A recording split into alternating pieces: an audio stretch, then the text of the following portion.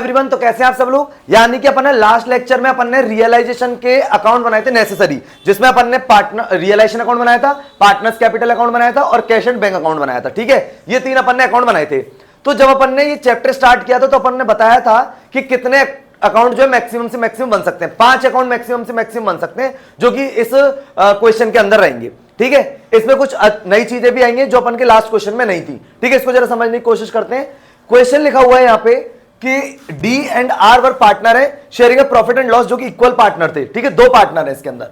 On 31 March 2018 the balance sheet of the firm was as follow. ये इनकी 18 की balance sheet दे रखी है। इसमें क्रेडिटर है, आर्स लोन दे रखा है। यहाँ पे देखो, अब समझना ढंग से, ये फर्म की बैलेंस शीट होती है।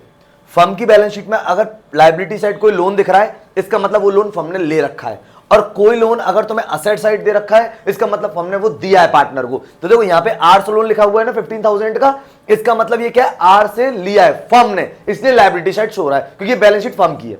तो फर्म की जो लायबिलिटी होंगी वो कौन सी साइड होंगी, लायबिलिटी साइड। ठीक है, general reserve, investment fluctuation reserve, इससे रिलेटेड अभी बात करेंगे, समझना। और कैपिटल दे रखी डी और आर की। कैश दे रखा है, डेटर दे रखा है, उसमें से पीवीडी लेस करा रखे, स्टॉक है, इन्वेस्टमेंट है, प्लांट एंड मशीनरी है, और देखो डीज लोन है। अब ये हमने अपना असेट साइड दिखा रखा है। इसका मतलब समझते हो क्या, इसका मतलब ये है कि फर्म ने डी को लोन दे रखा है, इसीलिए असेट साइड है। और यहां पे जो आर से लोन लिखा हुआ है, इसका मतलब ये है कि फर्म ने आर से लोन ले रखा है। ये फर्म की लायबिलिटी है, ये फर्म की असेट से। कोई दिक्कत है इसमें, कोई परेशानी है? उसके अंदर उन्होंने लिखा है the firm was dissolve on above date and the assets and liabilities were settled. इसको पॉइंट पढ़ने से पहले इसमें एक चीज समझते हैं। यहां पे एक लिखा हुआ है इन्वेस्टमेंट फ्लक्चुएशन रिजर्व। इसका ट्रीटमेंट अगर अपन बात करें at the time of retirement, death, admission और profit sharing ratio change in existing partner के बीच में जो अपन ने करे थे, वो एडजस्टमेंट यहां पर नहीं होता। यहां पे एडजस्टमेंट अलग होता है। यहां पे एडजस्टमेंट का मतलब क्या है, अगर इन्वेस्टमेंट है और उससे रिलेटेड अगर कोई रिजर्व दे रखा है, तो वो अपन को रियलाइजेशन अकाउंट में ट्रांसफर करना पड़ेगा। यानी कि जो इन्वेस्टमेंट है, असेट तो रियलाइजेशन में जाएगी जाएगी, इससे रिलेटेड जो रिजर्व है ये भी इसका रियलाइजेशन अकाउंट में जाएगा। ये पार्टनर्स में डिस्ट्रीब्यूट नहीं होगा, इसको हमें भेजना पड़ेगा रियलाइजेशन अकाउंट में। बस इतनी सी बात है, इसमें ये ट्रीटमेंट अलग है।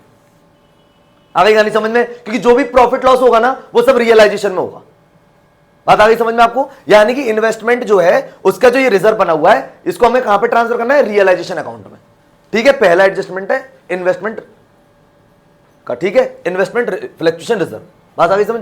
अब देखते हैं एडिशनल इंफॉर्मेशन इसने क्या दे रखी है। अच्छा, पहले तो इससे बैलेंस शीट से पढ़ के डिसाइड कर लेते हैं क्या क्या चीजें रियलाइजेशन अकाउंट में जाएगी। अपने को बस ये याद रहना चाहिए क्या क्या नहीं जाता। 5 चीजें नहीं जाती, उसके अलावा सब जाएगा।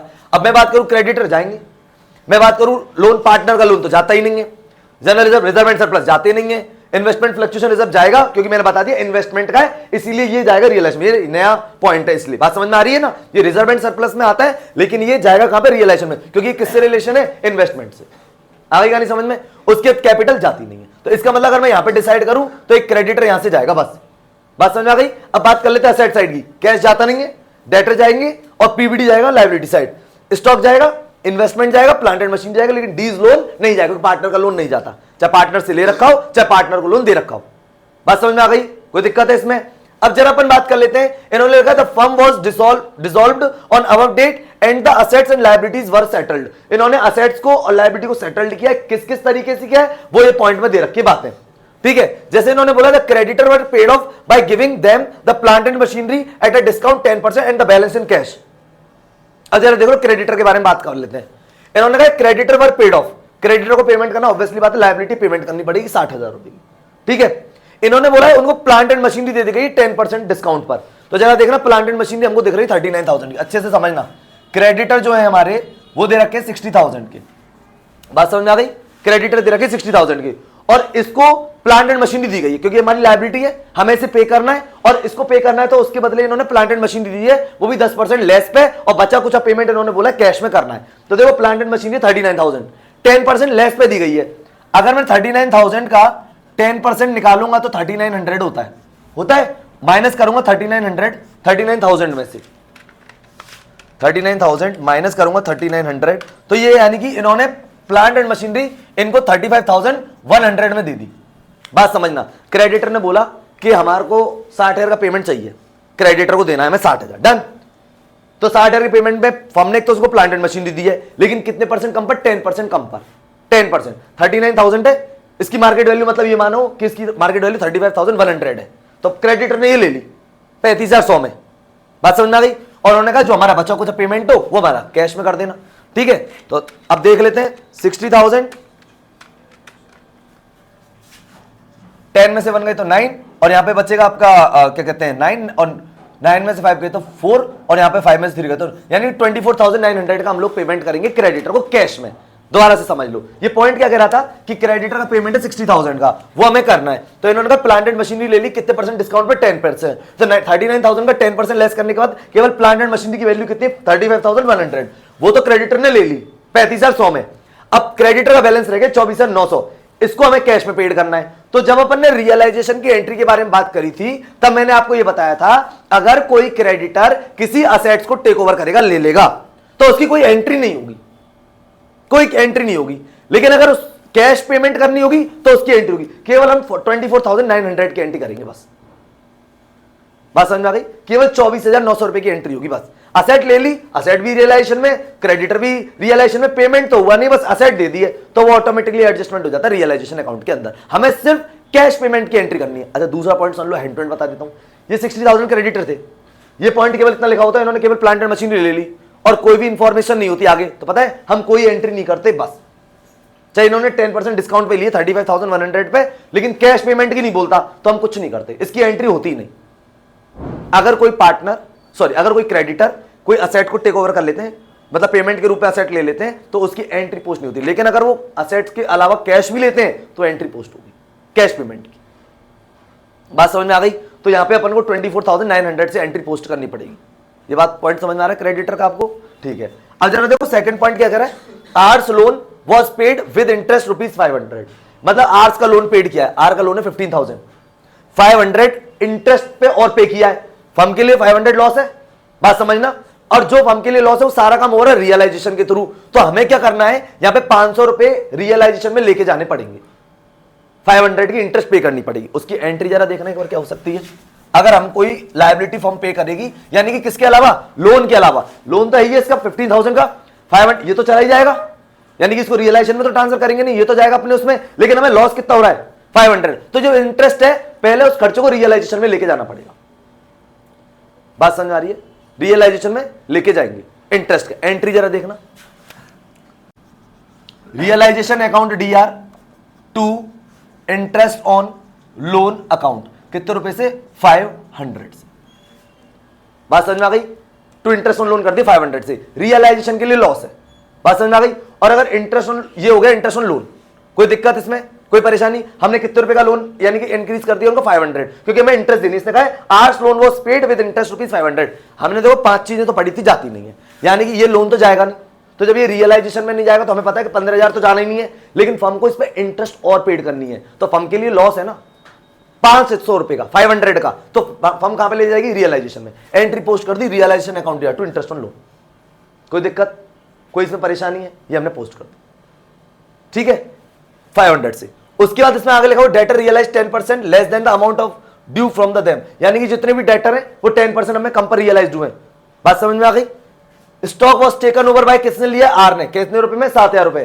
पहले बता दिया था जब कोई पार्टनर असेट्स को टेक ओवर करेगा तो उसकी कैपिटल हो जाएगी कम, उसकी कैपिटल हो जाएगी कम।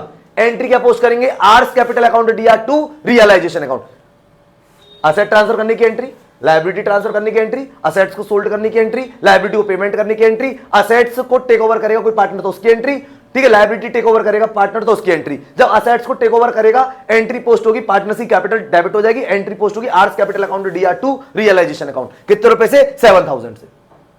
बात समझ में आ गई। असेट्स का पॉइंट भी इसके अंदर आ गया। उसके बाद इन्होंने लिखा investment realised 80% of them their book value, तो इन्वेस्टमेंट जितने उसको 80% पे हमने बेच दिया, उसके मतलब हमें रियलाइज्ड वैल्यू है 80%। उसके बाद लिखा realisation expenses 600 were paid by D, आगे देख लो इस पॉइंट में, यानी कि लास्ट वाले क्वेश्चन में तो नहीं था, वहां पे तो कोई भी इंफॉर्मेशन नहीं थी, तो हमने बोला था फर्म ने पेड करे, यहां पे देखो कौन पेड करा, डी। और जब डी एक्सपेंसेस पेड करेगा तो मतलब लायबिलिटी ले रहा है फर्म की, उसकी कैपिटल को इंक्रीज करेंगे। एंट्री होगी realisation account DR to D capital account. बात समझ आ गई। इसके लिए अपन ने क्या पोस्ट कर रही है, realisation account DR to D capital, और यहां पे इसने क्या लिया, असेट्स, तो इसकी कैपिटल को कम करा, एंट्री पोस्ट करिए R's capital account DR to realisation. बात समझ में आ गई। R's capital account DR to realisation इस पॉइंट के लिए करिए, और इसने यहां पे लायबिलिटी ली है डी ने, एंट्री पोस्ट करी realisation account DR to D capital account. बात समझ में आ रही है, कोई दिक्कत है, यानी कि ये दोनों पॉइंट समझ में आ गए। अच्छा, उसके बाद इन्होंने कहा you are required to prepare realisation account, R's loan account, D's loan account, capital account, cash account. इसने हमसे सारी की सारी चीजें पूछी हैं, तो ये हमसे जैसे जैसे पूछ रहा है हम वैसे वैसे एंट्री पोस्ट करेंगे। ठीक है, तो सबसे पहले इसका बना रहे हैं रियलाइजेशन अकाउंट, तो उसको जरा देखो, मोस्ट है कि रियलाइजेशन अकाउंट कैसे बनेगा।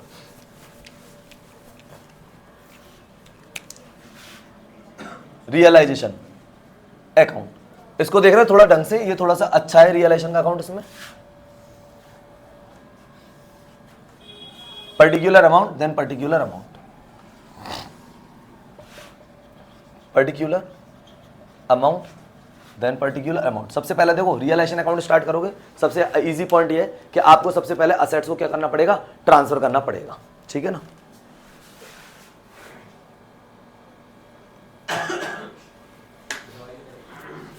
देखो सबसे पहले कैश तो जाता ही नहीं है, ये तो अपने को पता ही है।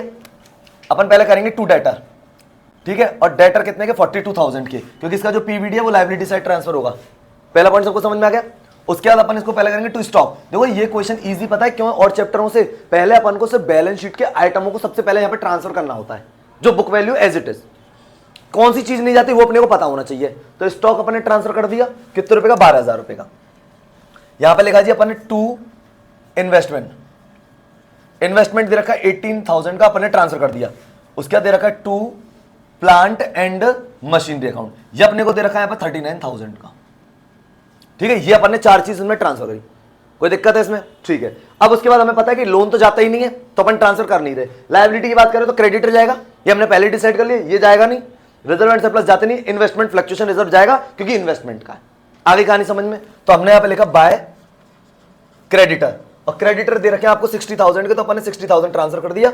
उसके हमने यहाँ पे लिखा IFR यानी इन्वेस्टमेंट फ्लक्चुएशन रिजर्व दे रखा है 2,000 का, तो वो अपन ने यहाँ पे ट्रांसफर कर दिया, ये वाला अमाउंट। आयोग की बात तो समझ में आ गई होगी आपको इन्वेस्टमेंट फ्लक्चुएशन रिजर्व की। उसके बाद अपन बात करते हैं पीवीडी की, तो ये अपन ट्रांसफर करते हैं लायबिलिटी साइड, तो यहाँ पे आएगा बाय पीवीडी। ये वो चीज है जो अपन ने बुक वैल्यू से सीधे सीधे ट्रांसफर करी है। ये रियलाइजेशन अकाउंट वो काम है जो अपन ने सीधे सीधे रियलाइजेशन में ट्रांसफर करा है, इसके अलावा कुछ नहीं करा। अब जब ये सारी की सारी चीजें आपकी ट्रांसफर हो जाएंगी, उसके बाद फिर अपन की इंफॉर्मेशन जो एडिशनल है वो स्टार्ट होगी। अब जरा देखो, इन्होंने पहला पॉइंट बोला कि क्रेडिटर थे पेड ऑफ करें giving them the plant and machinery at a 10% discount पे दी।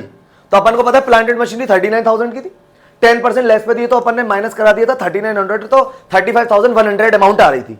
तो 35,100 तो अपने लेस हो गए, बचा कुछ पेमेंट हमको करना पड़ेगा, सिर्फ अपन को उसी की एंट्री करनी है, केवल कैश की एंट्री पोस्ट होगी। जब अपन पेमेंट करेंगे तो सब रियलाइजेशन के थ्रू हो रहा है, एंट्री होगी रियलाइजेशन अकाउंट या टू कैश अकाउंट।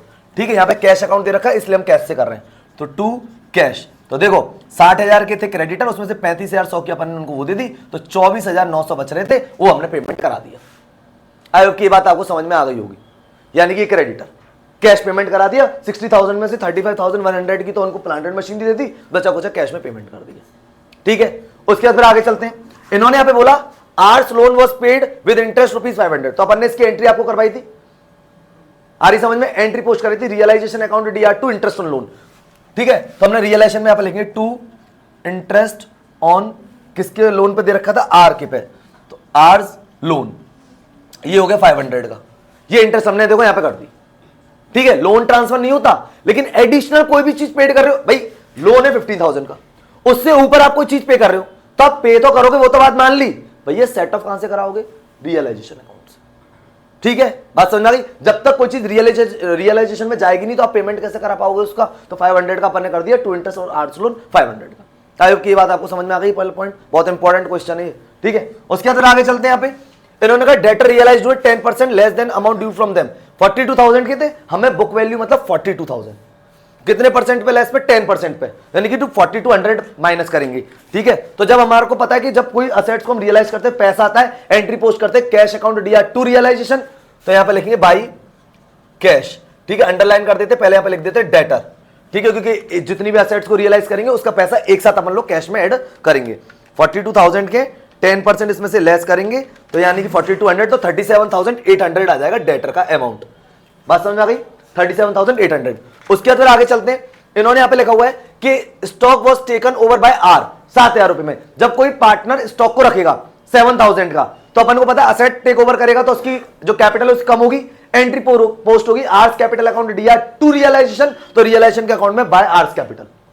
ठीक, एक दो पॉइंट छोड़ देते हैं, यहां पे लिखते हैं बाय आर्स कैपिटल, यहां पे लिखेंगे स्टॉक टेकन ओवर, ठीक है। ये ले लिया इन्होंने 7000। प्रॉफिट लॉस से हमारा कोई लेना देना नहीं है कि कितने का स्टॉक था, इन्होंने कितने पे लिया है, हमने तो 7000 लिख दिया, वो ऑटोमेटिकली रियलाइजेशन अकाउंट में ट्रांसफर होता है। यहां पे तुम्हारे लिए ये भी एक बेनिफिशियल चीज है कि आपको प्रॉफिट लॉस को फाइंड आउट करने की जरूरत नहीं है, जो जितने में ले रहा हमने उतना ही लिख दिया।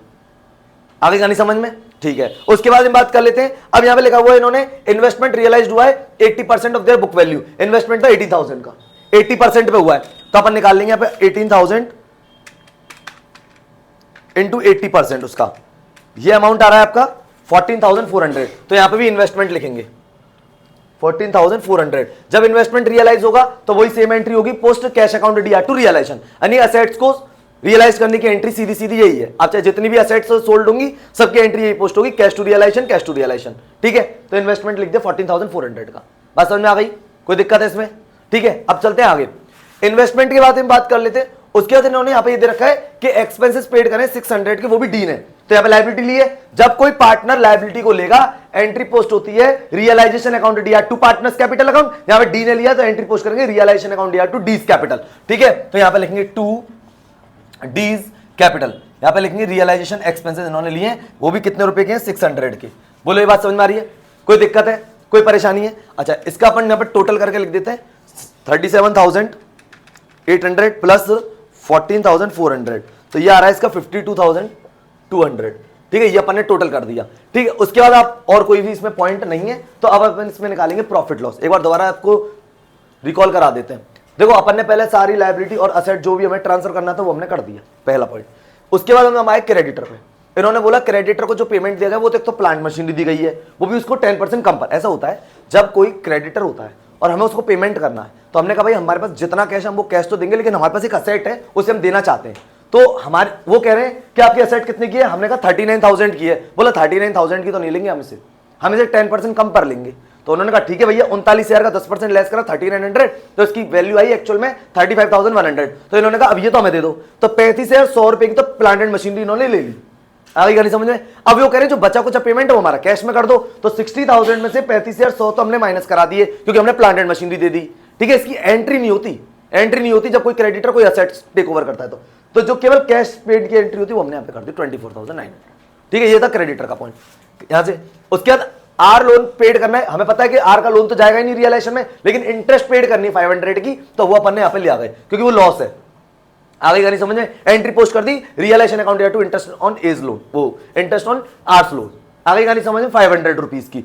उसके बाद फिर आगे चलते, इन्होंने कहा डेट रियलाइज 10% कम पर, तो हमने 42,000 का इस वैल्यू का अगर आप लेते हो क्वेश्चन गलत हो जाएगा। Debtor realise 10% less than the amount due from them, पूरा था 42,000। पीवीडी तो हमें पता है प्रोविजन बनाया जाता है फ्यूचर के लिए। आगे गानी समझ में? तो इसलिए ओरिजिनल वैल्यू का लिए 10% लेस करने का जो भी वैल्यू आई थी वो हमने यहाँ पे लिख दी 37,800। बात समझ आ गई? उसके बाद इन्होंने कहा है कि इन्वेस्टमेंट स्टॉक जो टेक ओवर किया वो आर ने, जब कोई पार्टनर असेट्स को टेक ओवर करता है तो हमें पता है इसकी एंट्री अपन लोग क्या पोस्ट करते हैं, उसकी कैपिटल कम होती है, R's capital account DR to realisation, तो हमने यहाँ पे लिख दिया by R's capital. Investment take over कितने में लिया इसने स्टॉक? 7,000 का, हमने 7,000 लिख दिया स्टॉक का। उसके बाद इन्होंने लिखा इन्वेस्टमेंट 80% वैल्यू पे मिला है, तो इन्वेस्टमेंट 18,000 का, इसका 80% ले ले क्योंकि 20% तो माइनस ही होगा क्योंकि 80% रियलाइज हो रही है वैल्यू, तो हमने लिख दिया 14,400। Entry cash account DR to realisation, entry post कर दी। उसके बाद रियलाइजेशन के खर्चे 600 है। अब तो क्वेश्चन में बताया किसने पेड करना, डी ने, तो फर्म की लायबिलिटी ले रहा है, लायबिलिटी लेगा तो कैपिटल इंक्रीज होगी, एंट्री पोस्ट होगी realisation account DR to D's capital, realisation के अकाउंट में टू डीज कैपिटल। बात समझ में आ गई? अब इसका प्रॉफिट लॉस फाइंड आउट करेंगे, देखेंगे कितना प्रॉफिट आ रहा है या लॉस आ रहा है, चेक कर लेते हैं एक बार। देखो जैसे इसका आ रहा है 42,000 प्लस 12,000 प्लस करेंगे इसमें 18,000 प्लस करेंगे इसमें 39,000 प्लस करेंगे इसमें 24,900 प्लस करेंगे इसमें 500 और प्लस करेंगे इसमें 600, तो ये जो आ रहा है 136,460 आ रहा है इधर का टोटल, 136,460 ये इधर का टोटल है, ठीक है। अब उधर के टोटल की बात कर लेते हैं। 60,000 प्लस 2,000 प्लस 6,000 प्लस 52,200 और प्लस करते हैं इसमें 7,000। यहां का जो टोटल आ रहा है वो आ रहा है 127,200, यानी कि हमारा जो ये डीआर साइड है ये ज्यादा है और हमारी सीआर साइड कम है, हमें हो गया लॉस। बात समझ में आ गई? यानी कि इस साइड का टोटल 136,460 है और इस साइड का टोटल है 127,200, तो हमें यहां पे हो गया लॉस, ठीक है। हम देखते हैं कितना लॉस हो रहा है। 136,460 लॉस हो रहा है 9260 का,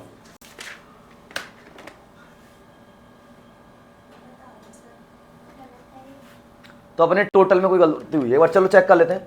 एक बार 4200 000 42,000 प्लस 12,000 प्लस 18,000 प्लस करेंगे 39,000 प्लस करेंगे 24,900 प्लस करेंगे इसमें 500 और प्लस करेंगे इसमें 600। अच्छा, इसका जो टोटल आ रहा है ना वो है 1,37,000।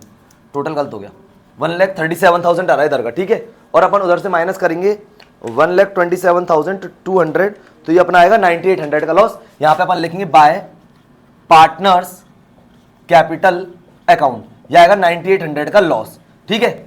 और यहां पे समझना दोनों साइड का टोटल कर दिया अपन ने 1,37,000 और यहां पे टोटल कर दिया 1,37,000, ठीक है। लॉस आया 9,800 का, ये बढ़ जाएगा कौन कौन में, डी में और आर में। और समझना ये लोग कौन से रेशियो में, इक्वली में, आगे की समझ में इक्वल है, तो 4,900 और 4,900 ये अपन ने एंट्री पोस्ट कर दी। बात समझ आ रही है? यानी कि अपन ने क्या करा, पहले तो इधर का टोटल करा, ये आया 1,37,000 और ये लेस कराने के बाद इसका आ रहा है 9,800, ठीक है। दोनों में डिस्ट्रीब्यूट कर दिया, इक्वल ही है, तो 4,900 ये आ गया इसका रियलाइजेशन का आंसर। आई होप के रियलाइजेशन अकाउंट आपको समझ में आ गया हो। इस क्वेश्चन को इसलिए इंपॉर्टेंट है ये, इस क्वेश्चन में बहुत सारी चीजें हैं। इसमें फर्म ने पार्टनर से लोन ले भी रखा है और फर्म ने पार्टनर को लोन दे भी रखा है। यहां पे आर से ले रखा है और डी को दे रखा है, पहला पॉइंट। उसके बाद इसमें ये क्वेश्चन में दे रखा है कोई पार्टनर ने असेट टेक ऑन ओवर कर रखी है, उसके बारे में भी दे रखा है, ठीक है। 2 पॉइंट होगा इसमें, बात समझ आई। इसमें थर्ड पॉइंट भी ये दे रखा है कि क्रेडिटर ने कोई भी असेट लिए तो उसकी क्या एंट्री करते वो भी इसके अंदर दे रखा है। फोर्थ पॉइंट दे रखा है कि इसमें पांचों के पांचों अकाउंट बनाने, रियलाइजेशन अकाउंट बनाना है, ठीक है। पार्टनर्स कैपिटल अकाउंट बनाएंगे, दोनों लोन अकाउंट बनाएंगे यानी कि आर्स लोन और डीज लोन, और उसके बाद इसमें बनाएंगे कैश। तो मैक्सिमम 5 अकाउंट होते हैं, वो भी हमें दे रखे जो कि हमें बनाने, ठीक है। तो ये था रियलाइजेशन अकाउंट। अब इसकी बात करेंगे इसमें किसके अमाउंट, किसके बारे में, कैपिटल के बारे में। और capital account is the most important है इसमें, और उसको भी देखना किस तरीके से वो बनेगा, ठीक है। 9,800 लिख देते हैं, यानी 4,900 का है, ठीक है। ये 2 चीज याद रखनी है अपने को, और जिस पार्टनर ने जो चीज ली है उसके बारे में बात करनी है। तो देखो कैपिटल अकाउंट में क्या क्या ट्रांसफर होगा, एक तो 600 ट्रांसफर होगा कैपिटल अकाउंट में, और एक होगा ये 7,000, ठीक। अब देखो जरा इसका कैपिटल अकाउंट किस तरीके से बनेगा।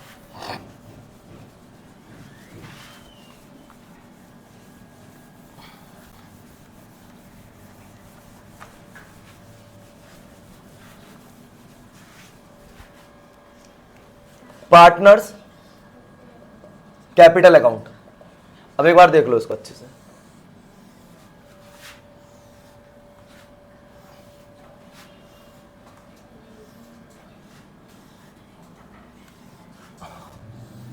Particular D R, particular D और आर, ये दे रखे पार्टनर, ठीक है। अब जरा सुनो, सबसे पहले इस कैपिटल अकाउंट में हम लोग ट्रांसफर करते बैलेंस, ठीक है। यहां पे अपन ने लिखा बाई बैलेंस ब्रॉट डाउन, तो देखो डी और आर का बैलेंस दे रखा है 10,000 का और दे रखा है हमको 30,000 का। पहले तो ये अपन ने पॉइंट कर लिया, बात समझ में आ गई सबको। अच्छा, अब अपने को पता है कि रियलाइजेशन में अपना लॉस आया था 4,900 का। जब लॉस आता है तो एंट्री भी एंड टू एंड सुनते चलो, पोस्ट भी करेंगे। एंट्री करते जब लॉस आता है, आर्स डीज कैपिटल अकाउंट दिया, आर्स कैपिटल अकाउंट दिया, टू रियलाइजेशन, तो रियलाइजेशन में इसीलिए तो आया था बाई साइड, तो यहां पे आएगा टू साइड, टू रियलाइजेशन 4,900 का और 4,900 का। 2 पॉइंट समझ में आ गए पहले। उसके बाद 2 पॉइंट फिर बात कर लेते हैं। असेट्स यानी कि इसने स्टॉक टेक ओवर किया था 7,000 का, तो अपन ने इसकी एंट्री पोस्ट करी थी कि आर्स कैपिटल अकाउंट दिया, टू रियलाइजेशन करी थी ना, तो यहां पे लिखेंगे बाय रियलाइजेशन और किस में जाएगा, आर्क में, सॉरी टू रियलाइजेशन करेंगे और जाएगा आर्क में 7,000 का, ठीक है। एंट्री सुन लो एक बार दोबारा बता देते हैं।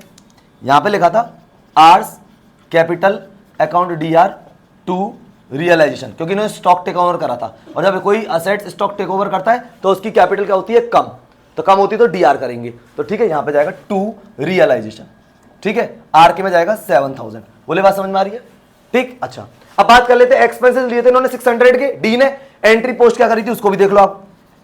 Realisation account DR to D's capital, क्योंकि जब फर्म की कोई लायबिलिटी लेगा पार्टनर तो उसकी कैपिटल को क्या होगा, इंक्रीज करेंगे। बात समझ में आ गई, तो हम यहां लिखेंगे बाय रियलाइजेशन, ठीक है। यहां पे तो लिख देते हैं स्टॉक टेक ओवर किया है, और यहां लिख देते हैं एक्सपेंसिव, और ये आर के में चले जाएंगे, डी के में चले जाएंगे 600। बात समझ में आ गई, दोनों चीजें, ये स्टॉक यानी एसेट टेक ओवर किए, ये लायबिलिटी टेक ओवर किए, ठीक है। अब चलते हैं थोड़ा बैलेंस शीट की तरफ। बैलेंस शीट में आते तो देखो सबसे पहले अपने को रिजर्व दिख रहा है, जनरल रिजर्व 15,000 का, दोनों पार्टनर्स के बीच में डिस्ट्रीब्यूट होगा जैसे करते हुए हैं। यहां पे अपन लिखेंगे बाय जनरल रिजर्व 15,000 का, दोनों पार्टनर में इक्वल डिस्ट्रीब्यूट होगा 7,500 और 7,500, तो अपन ने जनरल रिजर्व का कर दिया, ठीक है, कैपिटल ट्रांसफर कर दी, इन्वेस्टमेंट फ्लक्चुएशन रिजर्व तो रियलाइजेशन में चले गया, यहां से कैश रहेगा, इसका अलग से अकाउंट बनेगा, डेटर का अपन ने कर दिया, स्टॉक इन्वेस्टमेंट ये सब कर दिया, और ये डीज लोन और आर्स लोन के इनका अलग से अकाउंट बनेंगे। बात समझ में आ गई? ये पॉइंट ऑलरेडी कंप्लीट फर्स्ट, ठीक है। उसके बाद ये आर्स लोन वाला उसमें चले जाएगा, डेटर का कंप्लीट, स्टॉक का कंप्लीट, इन्वेस्टमेंट रियलाइज करा ये कंप्लीट, और रियलाइजेशन एक्सपेंसेस वाला करा था ये कंप्लीट।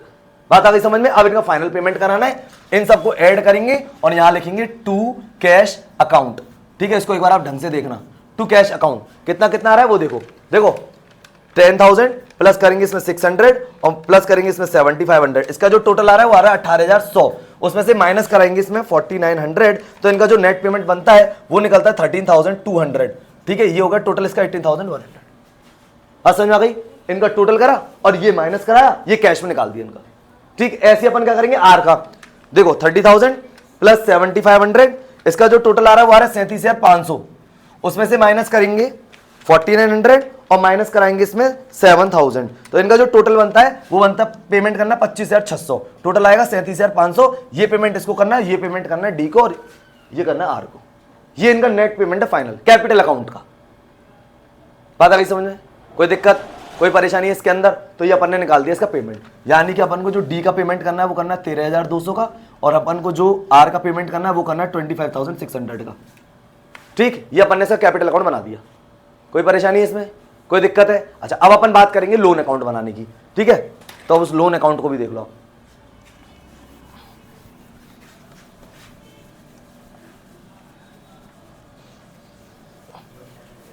अब लोन अकाउंट देखो, पहले तो बनाएंगे अपन इसमें आर्ट्स लोन और फिर उसके बाद बनाएंगे अपन इसमें डीज लोन। तो पहले आर्ट्स लोन देख लो एक बार, आर्ट्स लोन अकाउंट सिंपल सा अकाउंट है ये, particular amount then particular amount, ठीक है। Particular amount then particular amount. R के बाद अपन इसके बाद बनाएंगे यहां पे डीज लोन का अकाउंट, ठीक है। ये तो आर का बना दिया, ये डीज लोन अकाउंट है, डीज लोन अकाउंट, ठीक है। अब दोनों में डिफरेंस समझना क्या है।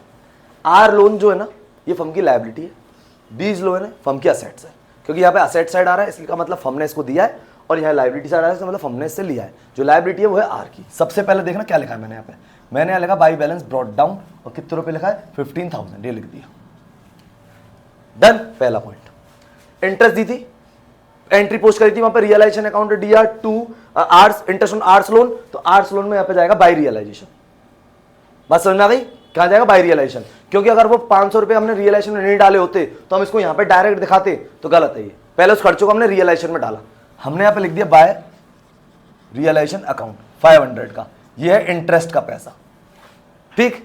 आ गई बात समझ में? ये हमने 500 डाल दिया, टोटल हुआ 15,500, फर्म पेड कराएगी, एंट्री पोस्ट करेगी R's loan account DR to cash account. Loan को पेमेंट कराने की एंट्री है R's loan account DR to cash, तो यहां पे कर दिया जी टू कैश 15,500, ये हो गया जी खत्म, दोनों साइड से 15,500 और 15,500, ठीक है। फर्म 15,000 तो ये 500 रुपए इंटरेस्ट का, टोटल कितना चुकाएगी 15,500, entry R's loan account DR to cash, ठीक। डीज लोन फर्म की असेट्स है, इसका ओपनिंग बैलेंस जो आएगा वो आएगा यहाँ पे टू बैलेंस ब्रॉट डाउन, वो है कितने रुपए का 2,000 का, ठीक है।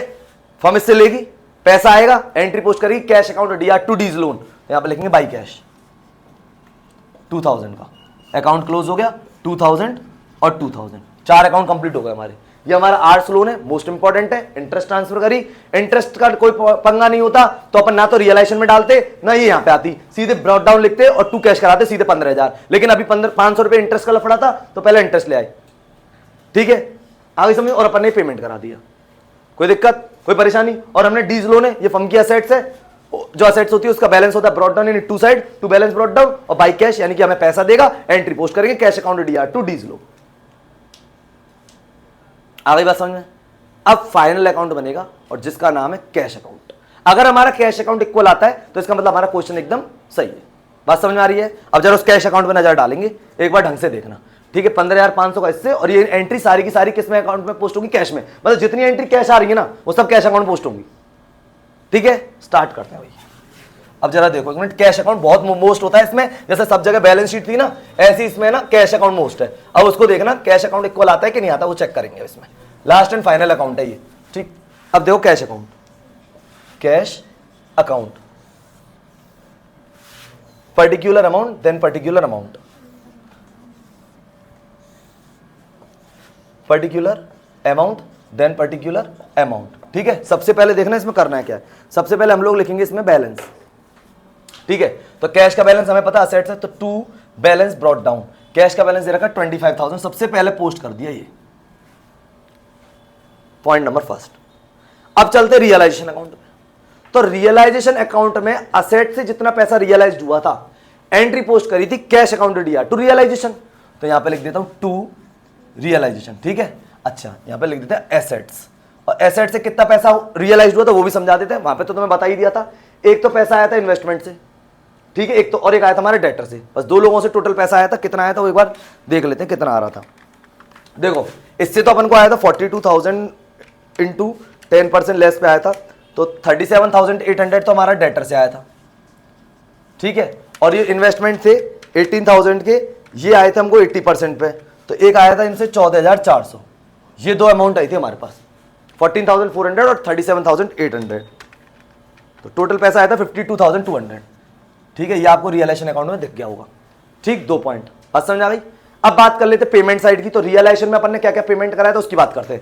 सबसे पहले मैंने जब रियलाइजेशन में पेमेंट कराया था लायबिलिटी का क्रेडिट का 24,900, एंट्री पोस्ट हुई थी realisation account DR to cash account, तो हम यहां पे लिखेंगे बाय रियलाइजेशन।